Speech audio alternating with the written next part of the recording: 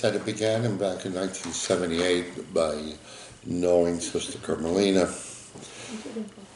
And it's ironic how I got involved with Sor Carmelina Antiope is through our neighbor in Scarborough that she knew Sister Carmelina at that time, which at that time she was not a nun, it was just Carmelina.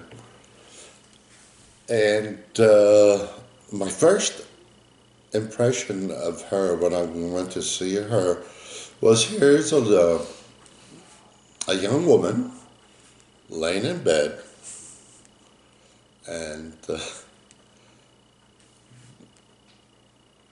with a big smile on her face. I did not know the whole story behind it, but she had cancer. And it was as if I was dumbfounded by just admiring her, and I couldn't even say a word. Perché questo non sono riuscito a capire questa frase. È rimasto impressionato, non Ah, può ok. riuscire a parlare. Yeah. Ah, ok. So my first visit was just basically looking at her. Our second visit, which was basically about a week and a half later. Were you a deacon then? No. Not No. yet. So he wasn't a deacon yet? No. My second visit, I started talking to her. And there was a language barrier between me and her. My broken Sicilian and her Neapolitan accent. Neither one of us understood what we both said to each other. And Sir Carmelina, or Carmelina at that time, turned and said to Kathy, Caterina, ma che ha detto già?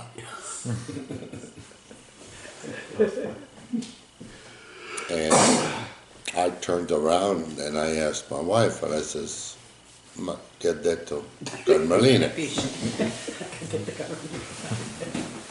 So, in bello siciliano non capisce niente. Okay? You speak good Italian, no? But as the days progressed, we became friends. We went to see her more often. That's when she turned around and said to me one day, I want you to get involved with Teopoli,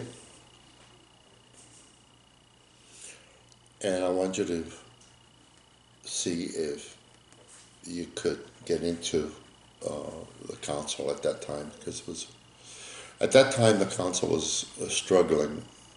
We really didn't have a council, but we did have a council, but we were rebuilding a council. And she said, but there is a catch to that. She says, you have to talk Italian.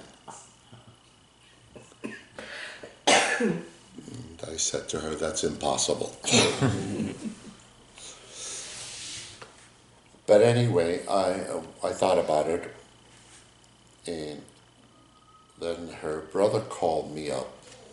Tony called me up, asked me to get involved with her. They said that Carmelina had talked to him and to give me a call. And that's how I got involved with Teopoli and Società Unita. As it went, I was elected as treasurer. And I was the treasurer for 3 years. Guarda Teo. Wow, that's nice. I don't know.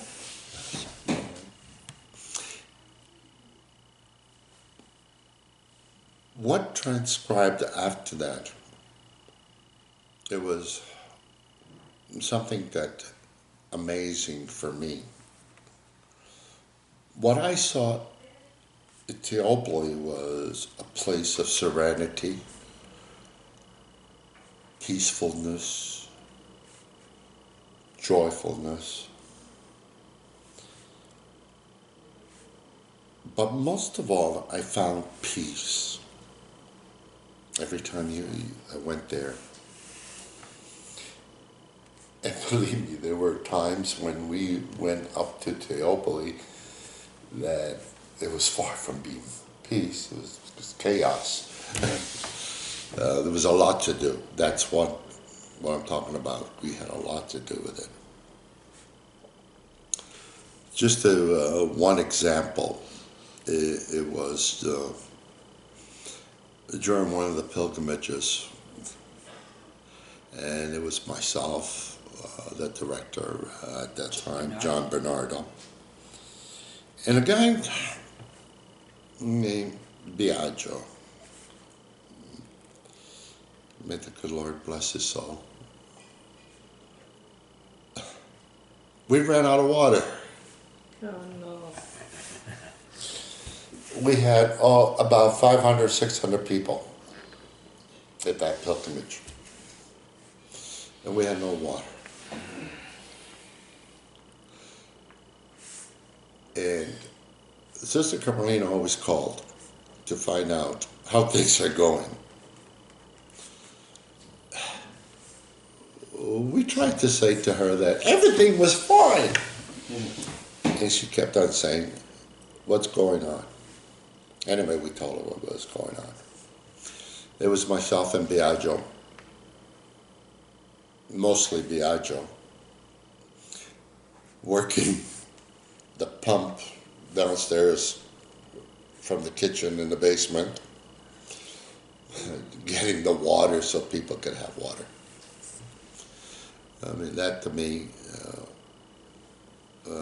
was an experience and a half, because of those Silver Carmelina calling, saying everything was fine. We were saying everything was fine, and she kept on insisting. But I believe her hand was in there, that we had to be there for that purpose. My role in Teopoli, like I said, it was the treasurer. But you also went volunteering. But I also did some work up there.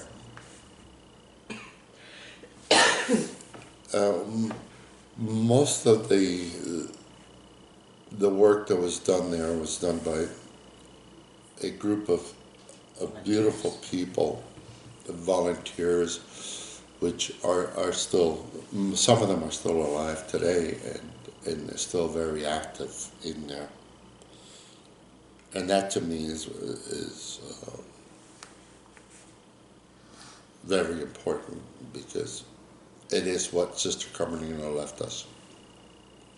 And what Sister Carmelina left us was a love in the heart of Teopoli. Put a pause for a minute. Yeah, just pause it for a minute.